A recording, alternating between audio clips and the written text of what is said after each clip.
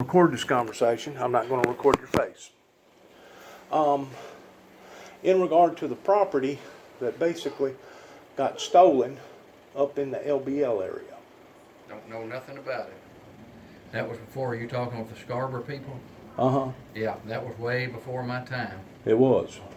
That was probably done in the, I don't know if that had been done, I don't even know what year to say, if it was the Well, 50s it was in or 60s. 1963 is whenever they declared it as a total loss. That's whenever Kennedy flew over and turned it into a wildlife refuge. That I think it was in 1973 or 74 was the last family that they pushed out of that area. But I was just wondering how come is it still a federal piece of property over now? I don't know, you'd have to go down to the assessor's office to check with them to see how they're being taxed on it. All we are is a recording department and maintaining records department. If somebody brings in a document that's recordable, it meets our requirements, we record it. We don't make any interpretation or anything about the legalities of the legal description or anything like that. I see. So you'd have to go up in the hall at the assessor's office to ask Miss Martha Wallace about that particular piece of property, how they're being taxed on it, if it's the government or who. Well, you know, T.V.A. run it for a long, long time. And in 1999, it was given over to the Federal Forest Service.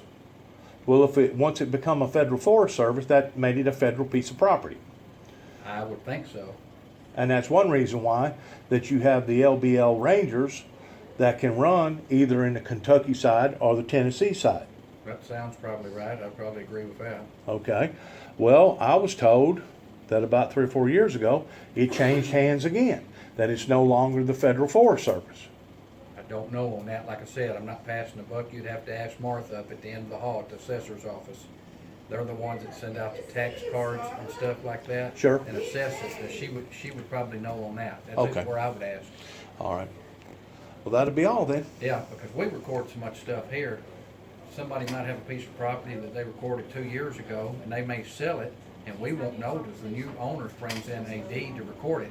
And there's no law that I'm aware of that says somebody has to record a deed. It's just in their best There's interest. some police number tickets for the middle school Brady Club. Would you like to buy? That way, if somebody was to come along and say, this is my piece of property, it was inherited because my brother owned it or my mother owned it or whatever, it wouldn't be a bunch of, They gotta show like a chain of title. But I Sure. would go up to Miss Martha's office. well, I feel the same way about trailers. You know, it's not the law in the state of Tennessee that you have to title or license a trailer.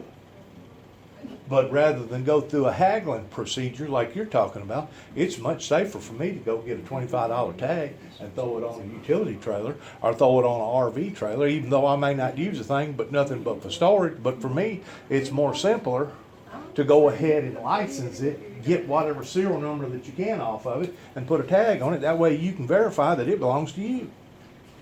I'm kind of the same way. Right, and like I said, her office will be able to pull up on the computer they got and see the property and see who's being taxed on it. Sure. Now, you know, if it's which part of the federal government, I don't know. Because Sure. They play, from my understanding, they pay what's called in lieu of taxes, right?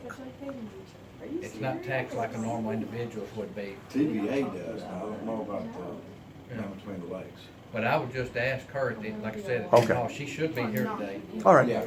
All right. Good luck on that. Thank you. Yes, sir.